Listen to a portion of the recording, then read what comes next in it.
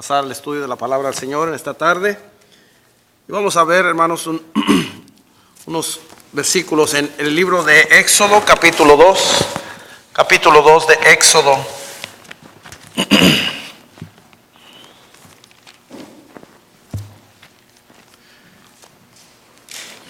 Cuando lo encuentre, hermanos, acompáñenme a leerlo de pie. Son 7 versículos capítulo 12, no 2, capítulo 12 de Éxodo.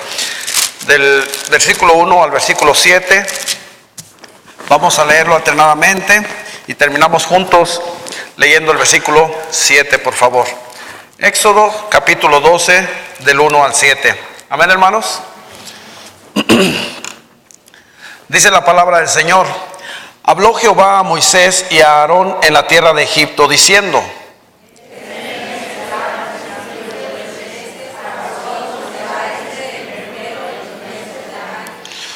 hablad a toda la congregación de Israel, diciendo: en el 10 de este mes, tómese cada uno un cordero según las familias de los padres, un cordero por familia.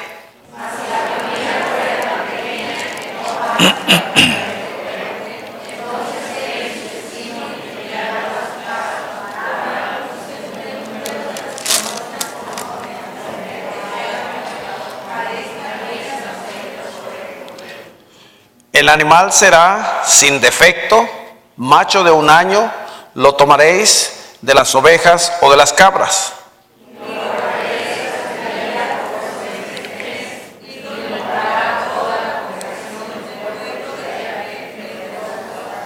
Todos juntos el 7. Y tomarás de la sangre y la pondrás en los postes y en el dintel de las casas en que lo han de comer. Amén. Vamos a orar. Padre bendito que está en los cielos, gracias por su preciosa palabra, que es lámpara a nuestros pies y lumbrera a nuestros caminos. Queremos rogarle en esta tarde, Señor, que usted hable a nuestros corazones, que su Santo Espíritu obre en nuestras vidas y que nos ayude a entender lo que necesitamos de su palabra, Señor. Bendiga cada corazón, cada familia. Usted conoce la necesidad en cada uno de nosotros, Señor, y le rogamos que nos dé ese avivamiento espiritual que necesitamos para honrarle y glorificarle, para amarle y para servirle, Señor. Bendiga a mis hermanos. Yo le pido perdón por mis pecados, que limpie mi mente y mi corazón, y que, Señor, ponga palabras en mi boca para que seamos edificados. En el nombre bendito de Cristo Jesús se lo pedimos todo. Amén. Pueden tomar asiento, hermanos. Aquí en esta porción de la palabra del Señor, hermanos, en el capítulo 12 de Hebreos, está el pueblo de Israel, hermanos, llegando al final de la jornada de esclavitud que habían tenido ya por 430 años en Egipto. Este es ya el final, prácticamente aquí hasta este punto de la escritura ya han sido hechas 9 plagas, han sido mandadas al pueblo de Israel por causa de que tenían al pueblo de Egipto, por causa de que tenían al pueblo de Israel oprimido en Egipto. Estaba terminando una larga etapa de opresión y maltrato por parte de los egipcios, con el cual, hermanos, obligaban a Israel a realizar tareas muy pesadas, trabajos forzados, fabricando ladrillo en el desierto. Estaba terminando una jornada, hermanos, donde todo el pueblo de Israel era obligado a trabajar bajo el sol en el desierto, largas jornadas en la tierra, llenos de lodo, llenos de costras de lodo, con poca agua, con poco alimento, con pocos descansos. Todo eso, hermanos, estaba a punto de concluir. Están ellos finalizando esa larga jornada, como dice ahí en el versículo 40, en el capítulo 12, esa jornada de 430 años, dice el versículo 40, el tiempo que los hijos de Israel habitaron en Egipto fueron, ¿cuánto, hermanos? 430 años. Estaba a punto de finalizar esa jornada. Ese sufrimiento que por generaciones, hermanos, los hebreos habían visto a sus abuelos trabajar pesadamente en el lodo, haciendo ladrillo, a trabajar duramente, faltos de agua, con hambre, con poco descanso. Y si fuera eso poco, hermanos, con un capataz detrás de ellos, cuidando de que tenían que producir la cantidad de ladrillo que les era exigida. Los estaban constantemente acosando, constantemente los estaban amenazando. Y si por alguna razón no le parecía al capataz lo que estaba haciendo el hebreo, llegaba y le daba de latigazos. Y no solamente tenían que trabajar con sed, con hambre, sin descanso, en el polvo, en el lodo, todos sucios, sino con las espaldas o las partes de sus cuerpos cortadas por los látigos. Era un tormento tremendo el que se vivía en el desierto, en el campo donde trabajaban, en esta área donde trabajaba el pueblo hebreo. Y en este punto, hermanos, están, en este tiempo, en los pasajes de la Biblia, están a punto de terminar esos 400 años terribles de maltrato que Israel recibía por causa de que los egipcios querían estarlos forzando a hacer lo que a ellos les parecía, por temor, hermanos, a que ellos fueran a tomar la tierra de Egipto para ellos. Y en el capítulo 3, hermanos, vamos al capítulo 3 de Éxodo.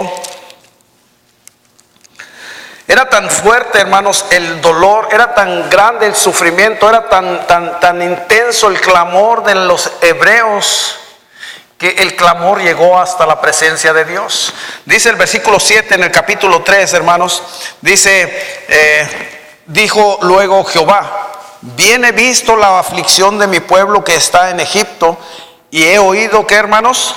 Su clamor a causa de sus exactores, pues he conocido sus angustias. Era tan terrible, hermanos, lo que le estaba pasando a los hebreos, a los judíos en el desierto, que su clamor, su angustia había llegado ya a la presencia de Dios. Era, hermanos, un castigo, era un tormento inimaginable para nosotros hoy en día. Por generación tras generación, el abuelo, el padre, los hijos, los nietos sabían que ese iba a ser su vivir diario mientras permanecieran en Egipto.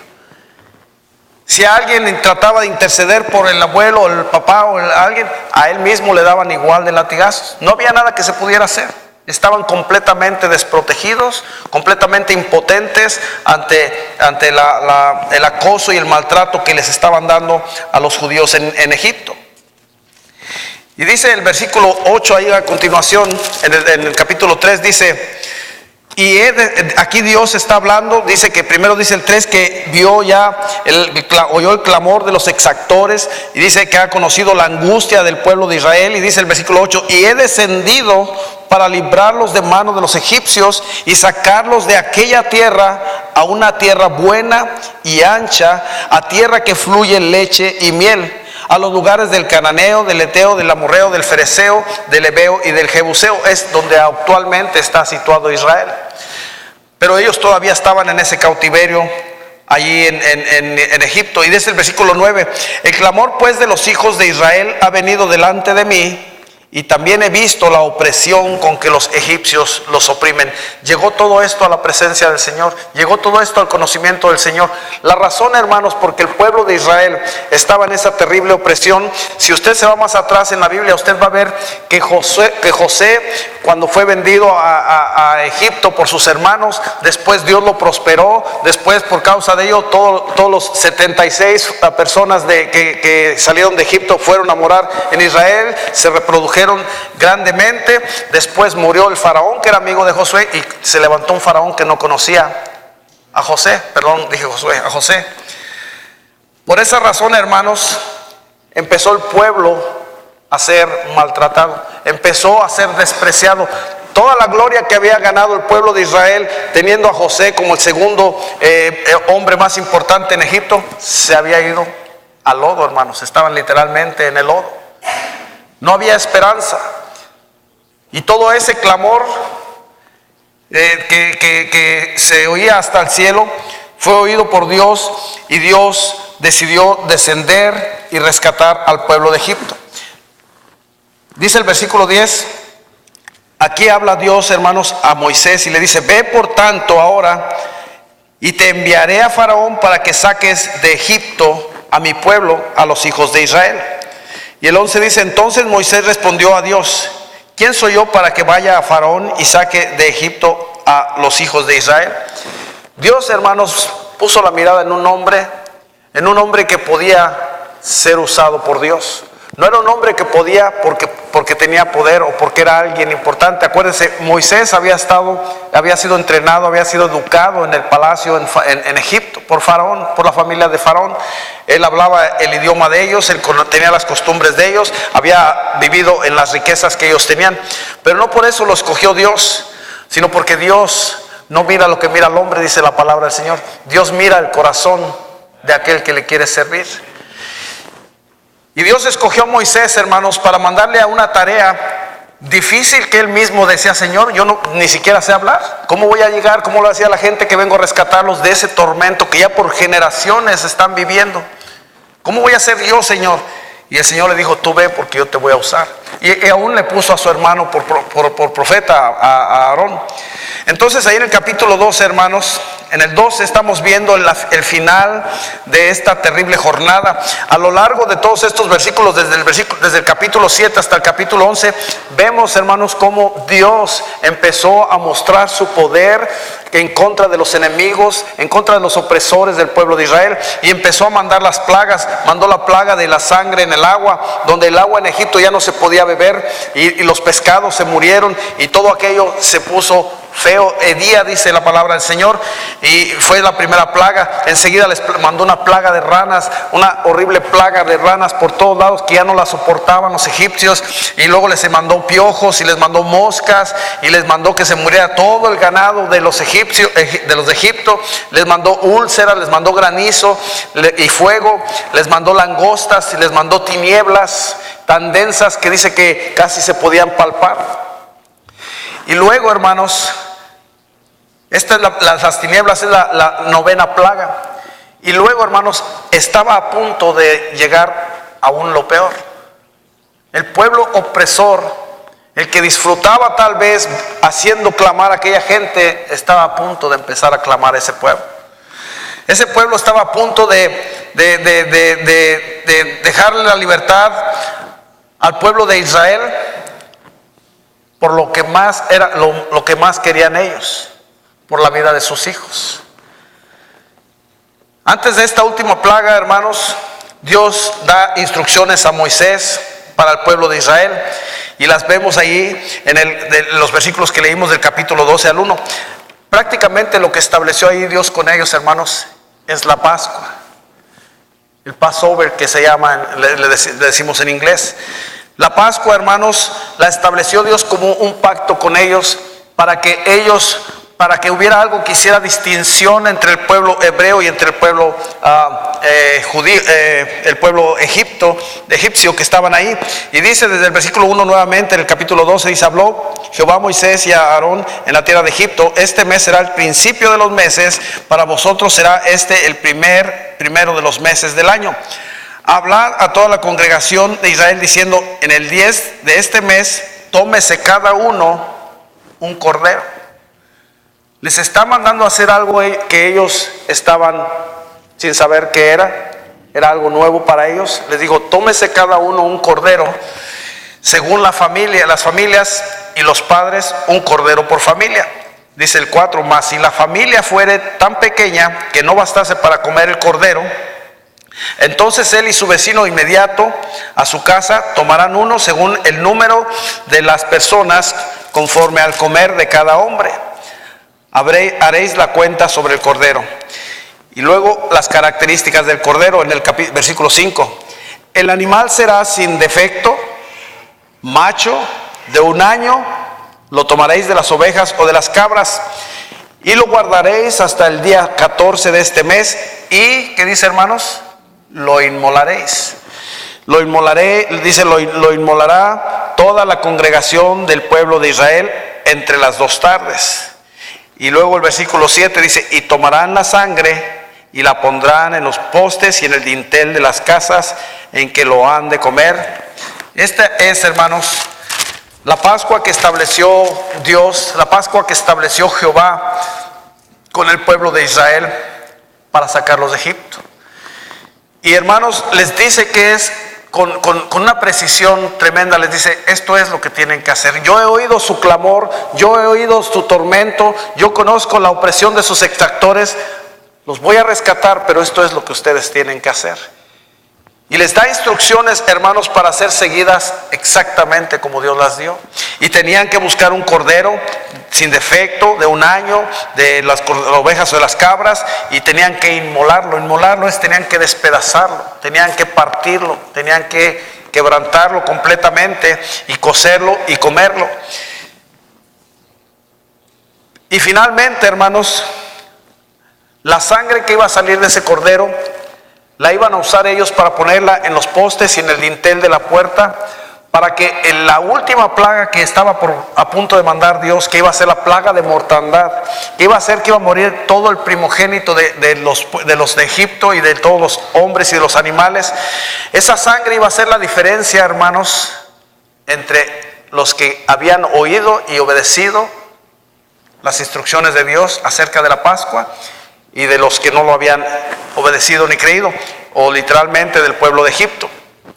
La sangre, hermanos, es lo que iba a hacer la diferencia para que pasara la mortandad por encima de ellos. Por eso es que es el Passover.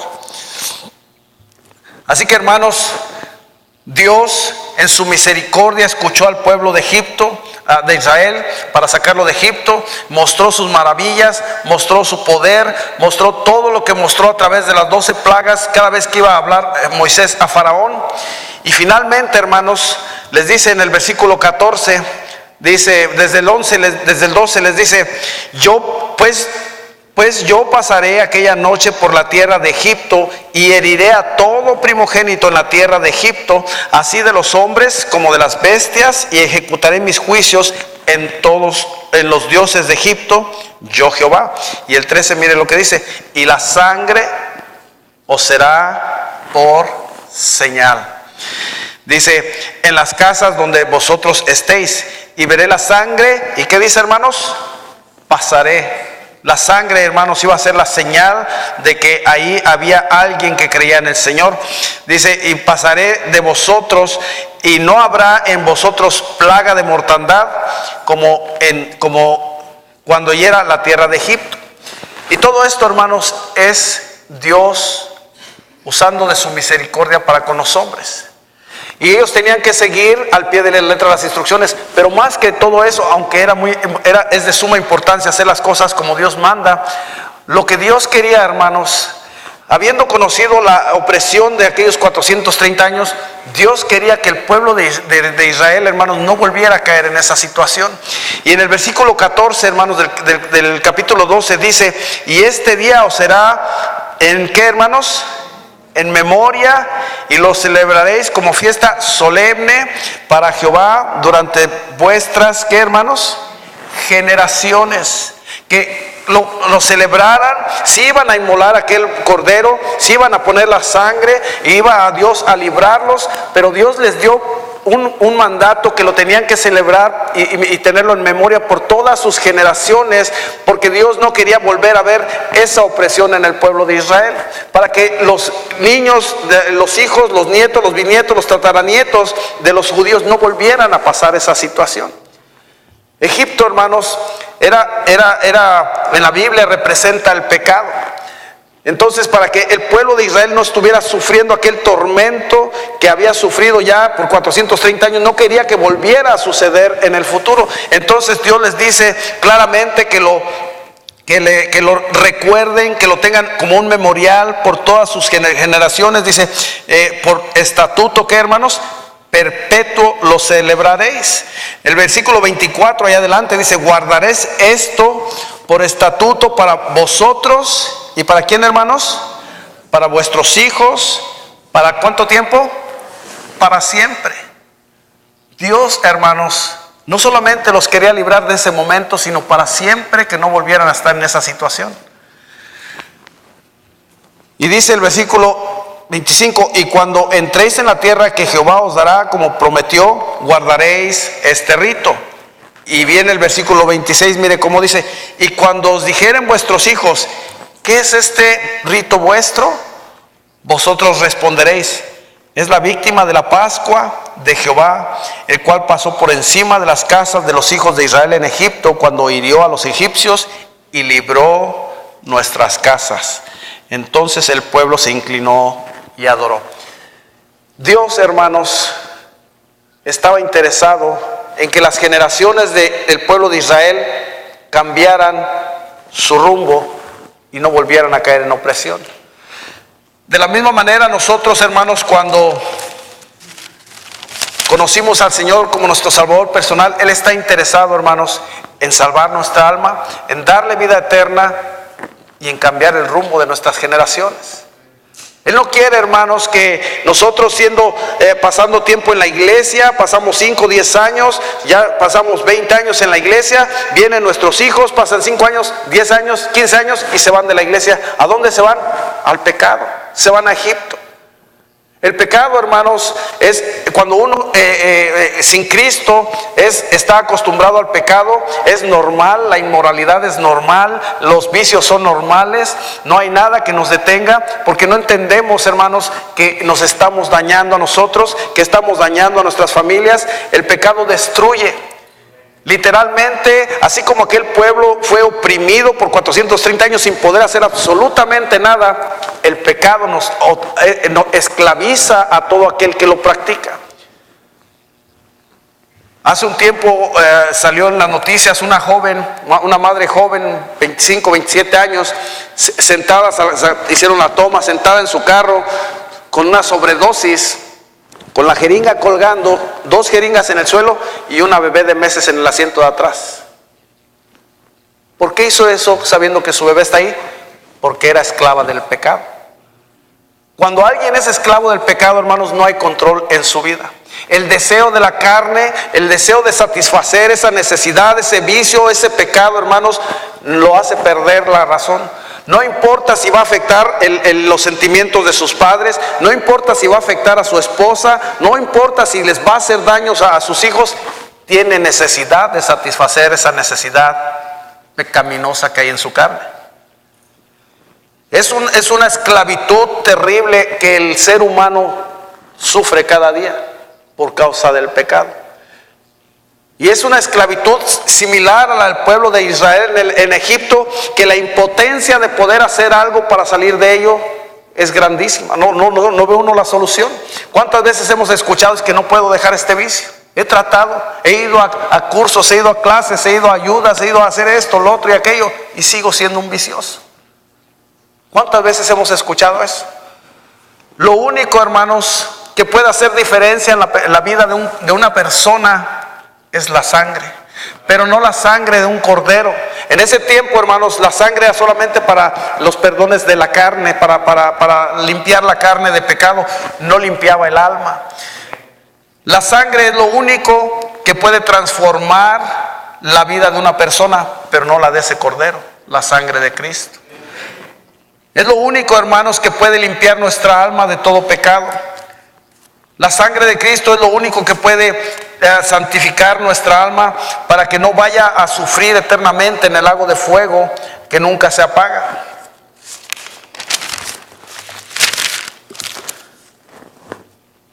El asunto con este pueblo, hermanos, con el pueblo de Israel, fue que por un tiempo, hermanos, hicieron caso al Señor. Y vinieron las generaciones siguientes y mira, mi hijo, los veían celebrar la Pascua. Papá, mamá, ¿qué es eso? Oh, mira, esta es la Pascua de Jehová. Nos sacó de la tierra de Egipto, nos libró con plagas poderosas que mandó del cielo a través de su siervo Moisés y destruyó a toda la gente en Egipto, a los que nos perseguían para matarnos, nos libró con todo su poder, abrió el mar para que pasáramos por ella y recordaban todo lo que había hecho. Les dijo que lo guardaran por memorial. Ahí en el versículo 14 hizo: esto será en memoria y lo celebraréis como fiesta solemne. Hermanos, tenía que Dios establecer que tenían que hacer una fiesta solemne para estar constantemente recordándose por qué razón era la Pascua. La razón, hermanos, por la que Dios estableció esa celebración podría parecernos hoy insignificante. Pero el problema, hermanos, con nosotros, así como con ellos, es que humanamente tenemos la tendencia a olvidar. Tenemos la tendencia a acostumbrarnos a las cosas y convertirlo solamente en religión.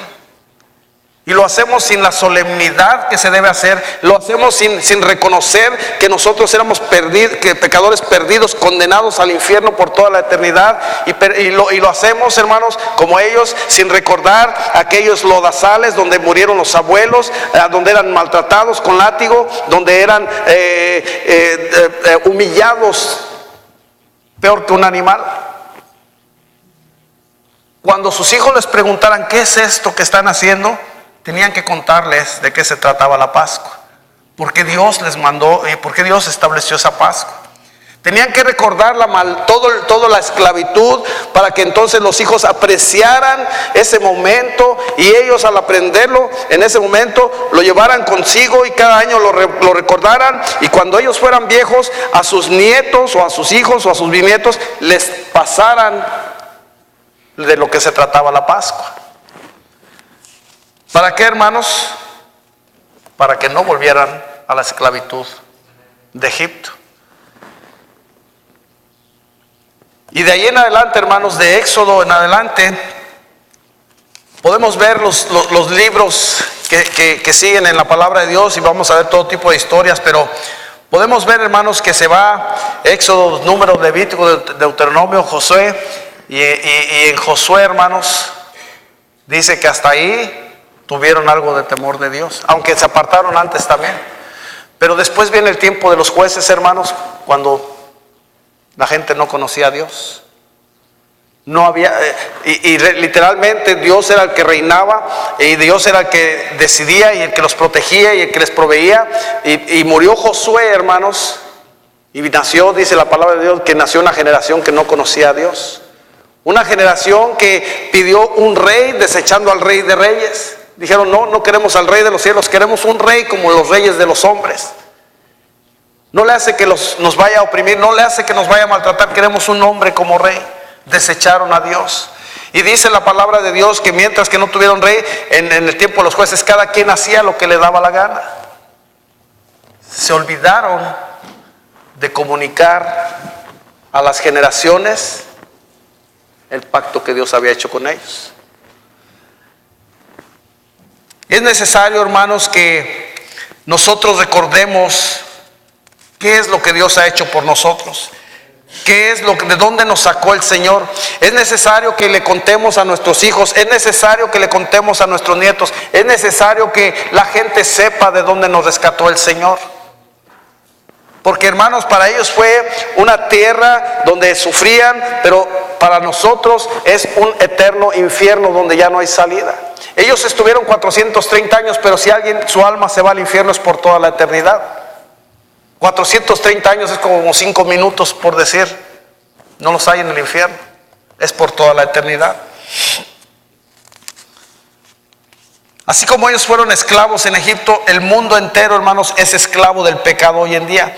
Es una impotencia, hay una impotencia terrible en la gente cuando está metida en el pecado. Y para aquellos hombres, la sangre de aquellos animales solamente fue como señal, hermanos, de que ahí había alguien que había creído en el mandato del Señor, pero no les limpió de su pecado. Ellos tenían que, ellos la usaban solamente en el sacrificio, para santificar sus pecados, lo ofrecían en sacrificio, pero en ese momento fue para que la mortandad no los alcanzara. Para nosotros, hermanos, Dios estableció una Pascua. Para el pueblo nuevo testamentario, Dios estableció una Pascua. Dios sacrificó un cordero. Ya no es aquel cordero perfecto que tenía que ser un animal, literalmente. Ahora había un sacrificio mejor para nosotros los creyentes. Vamos a ver en Juan capítulo 1, hermanos.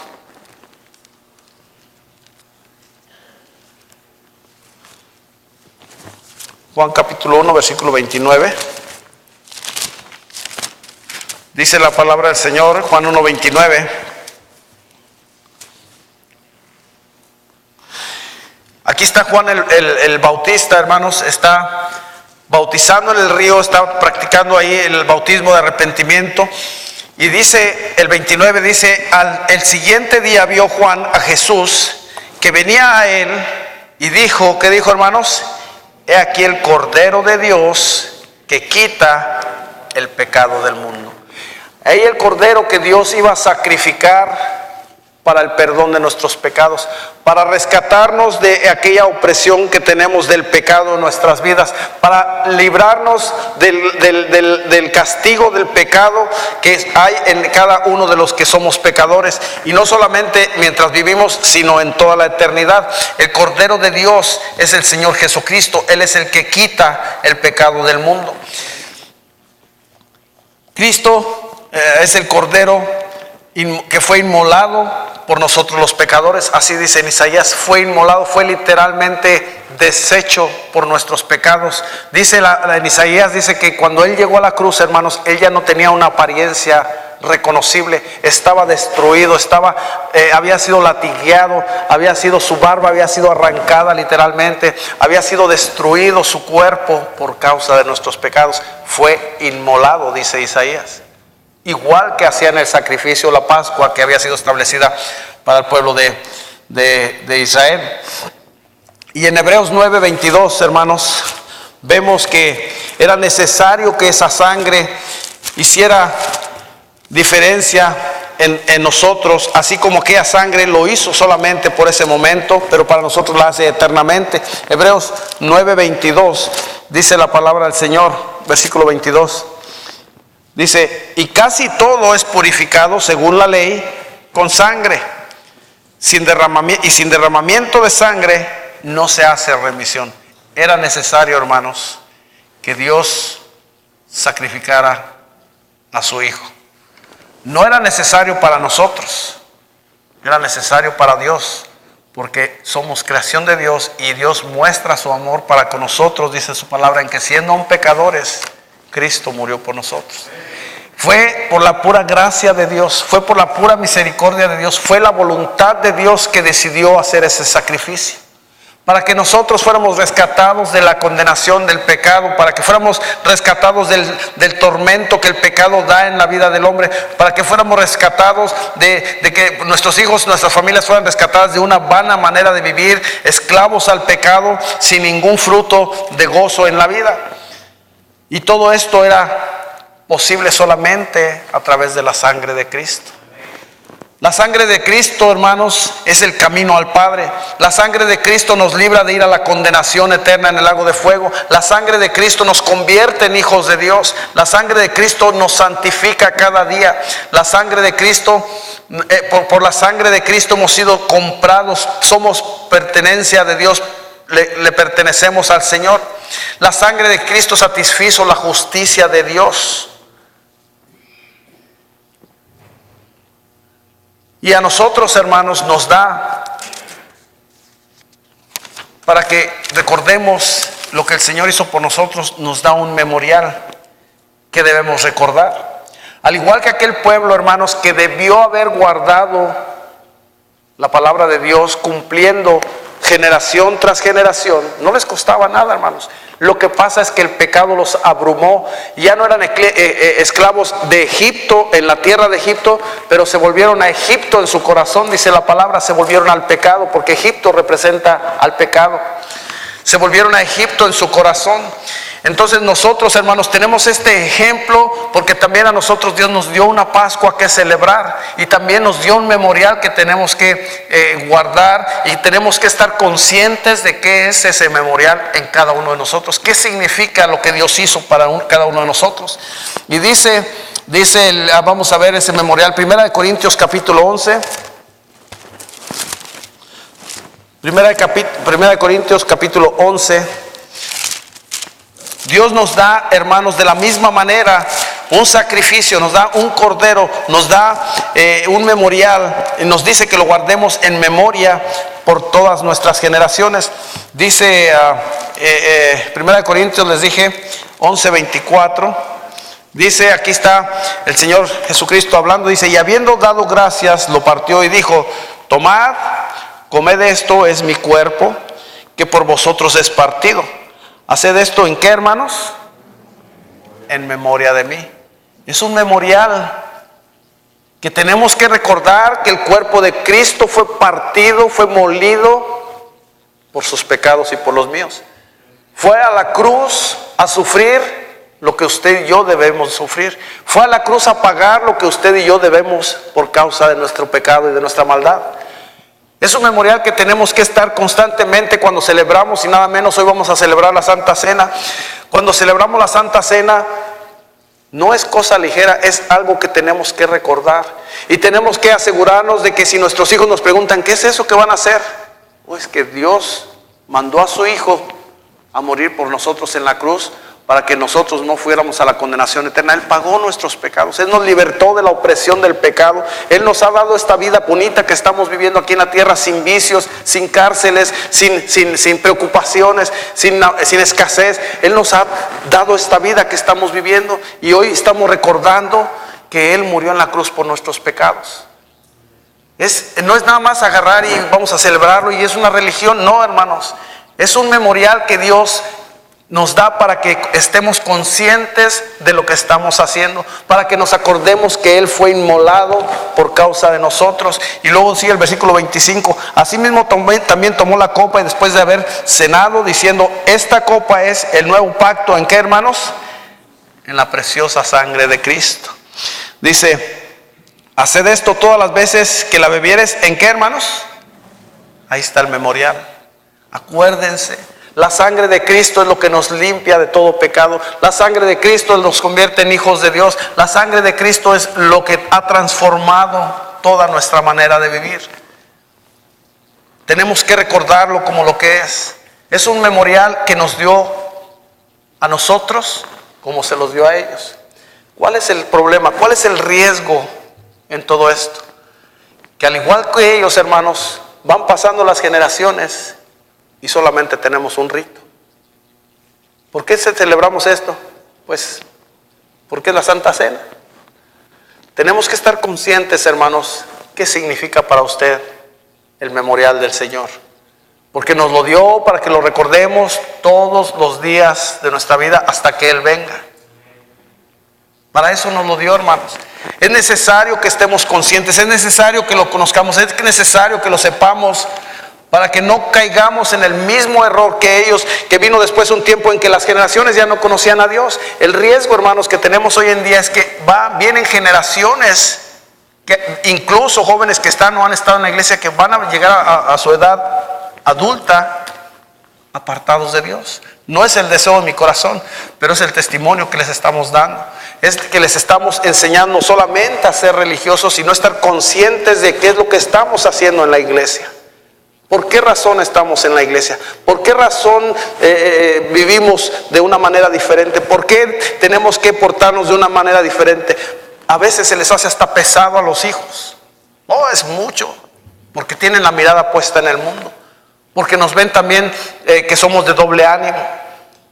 ¿Por qué pasa eso? Porque no guardamos el memorial del Señor.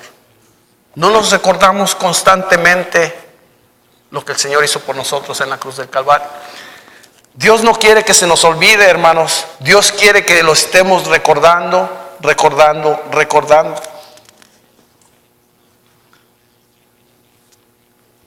Vamos a Mateo 15, ya vamos a terminar. Mateo 15, 8 y 9, hermanos. El peligro, hermanos, de todo esto es lo que ya el Señor ha visto que ha sucedido. Mateo 15, versículos 8 y 9. Dice el versículo 8, Mateo 15, 8, dice: aquí está el Señor Jesucristo hablando. Él sabe, hermanos, la condición de cada uno de los creyentes. Dice: este pueblo de labios me honra, mas su corazón está lejos de mí. Se han olvidado del memorial. Lo celebran porque ya es un rito para ellos, porque ya es parte de su religión, pero realmente no lo estamos tomando en cuenta como lo que es. Si usted lo está haciendo, lo felicito, pero si no, debemos entender, hermanos, que el cuerpo de Cristo no está aquí presente con nosotros. La galleta no se convierte en el cuerpo de Cristo como algunas religiones dicen, pero es en memoria de Él. Que digamos: el Señor fue molido por mis pecados. Y con solemnidad celebrar la cena del Señor. Y con cada vez que lo hagamos, recordemos de dónde nos rescató el Señor. De la esclavitud del pecado y de la condenación eterna. Y si solamente eso recordamos, hermanos, vamos a ser la gente más gozosa en la tierra. Porque si nos toca ir a pagar por nuestros pecados, hermanos, va a ser terrible. Sufrimiento eterno en el lago de fuego que nunca se apaga. Ya vimos en Hebreos 9:22 que dice: sin derramamiento de sangre no se hace remisión. Y hermanos, vamos a ver por último 1 Corintios 6.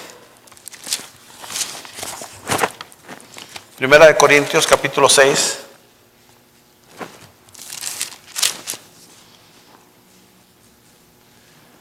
Versículo 20 dice la palabra del Señor. 1 Corintios 6:20 dice: porque habéis sido, ¿qué, hermanos? Comprados por precio. Glorificad pues a Dios en vuestro cuerpo y en vuestro espíritu, los cuales son de Dios. ¿Cuál es el precio con que usted fue comprado, hermano? La sangre de Cristo. La Pascua que Dios estableció, el memorial que Dios quiere que constantemente estemos recordando. Yo no me pertenezco a mí. ¿Cómo cantamos? Ya pertenezco a Cristo. Es un precioso himno, hermanos. ¿Vivimos como que pertenecemos a Cristo? ¿O vivimos como que pertenecemos a mí mismo? Usted pertenece a sí mismo. A Dios no lo podemos engañar, hermanos. Dios no puede ser burlado. Él conoce el corazón de cada creyente. A mí solo me queda decir, hermanos, que honremos a Dios con nuestra manera de vivir. Que recordemos en lo que el Señor hizo por nosotros en la cruz del Calvario constantemente.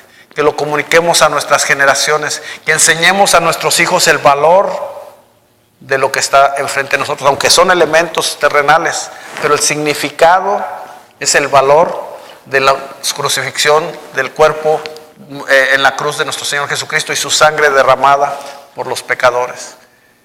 Que lo enseñemos como es propio, para que nuestros hijos crezcan con ese conocimiento y con ese temor de Dios. Porque de otra manera, hermanos, el pecado va a consumir sus vidas, como consumió las vidas de muchas generaciones del pueblo de Israel, sin poder ellos hacer absolutamente nada. Nosotros tenemos el poder del Espíritu Santo, hermanos, en nosotros para poder hacer todas estas cosas, pero es una decisión voluntaria. ¿Qué va a usted a hacer con su vida y con su familia respecto al memorial del Señor? ¿Olvidarlo después de un tiempo o recordarlo constantemente? Oh, es día de la Santa Cena, Señor, y vamos a tener unos momentos para orar. Decirle: Señor, gracias por haber usted tomado mi lugar en la cruz, haber pagado por mis pecados y haberme rescatado de la condenación, que es a donde yo merezco ir. Vamos a orar, hermanos. Padre bendito que está en los cielos, le damos gracias por su palabra, Señor, que nos refresca, Padre bendito, la mente y nos recuerda el sacrificio que usted hizo por nosotros en la cruz del Calvario. Señor, y nos anima a que no hagamos en vano lo que usted hizo con todo su corazón, con todo su amor por cada uno de nosotros. Que no tomemos a la ligera, Señor, lo que usted sufrió por cada uno de nosotros en aquella cuenta cruz. Señor, bendiga a su pueblo, hable a nuestros corazones, ayúdenos a ser conscientes del gran tesoro que usted nos ha dado, haciéndonos hijos suyos, y el tesoro que tenemos en nuestras manos, su preciosa palabra y el Espíritu Santo que mora en nosotros para que nos redarguya de todo pecado, pero sobre todo, Señor, de la preciosa sangre de Cristo, que es la que limpia nuestra alma de todo pecado.